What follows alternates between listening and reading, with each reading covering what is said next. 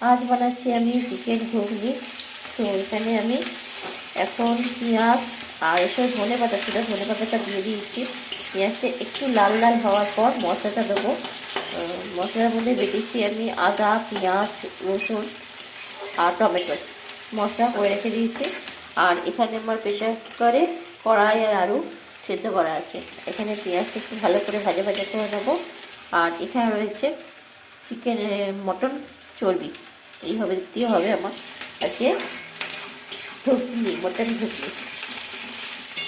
তো চলো পেঁয়াজটা একটু ভেজে নিই, তারপরে আসছে। এখানে আমার মশলাটা দিয়ে দিলাম, ঘুগনি মশলাটা, আদা, পেঁয়াজ, রসুন আর টমেটো বাটাটা। এবার এটাকে একটু কষিয়ে নেবো, ভালো করে কষিয়ে নিচ্ছি। এবার এর মধ্যে দিয়ে দেবো হলুদ গুঁড়ো, নুন, লঙ্কার গুঁড়ো এসব।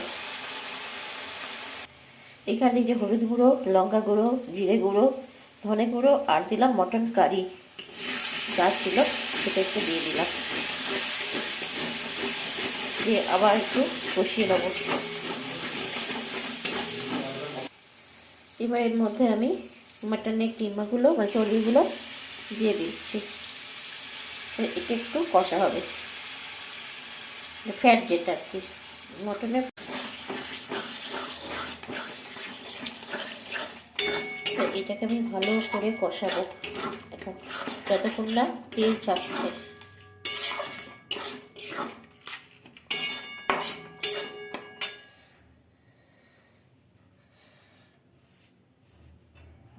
একটু জোর দিয়ে দিলাম গ্যাসটা।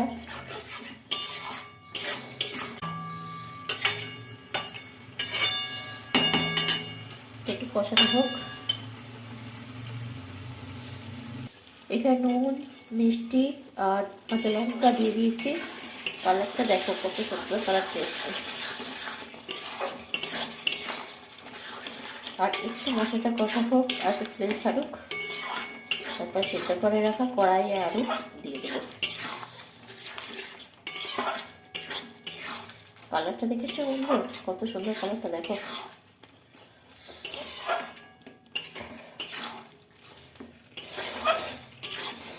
তৈরি হচ্ছে যে মটন ঘুগনি। কোনোদিন আমি করিনি, ফার্স্ট টাইম করছি। দেখো বন্ধু, কালার দেখো, কালার দেখো। আর একটু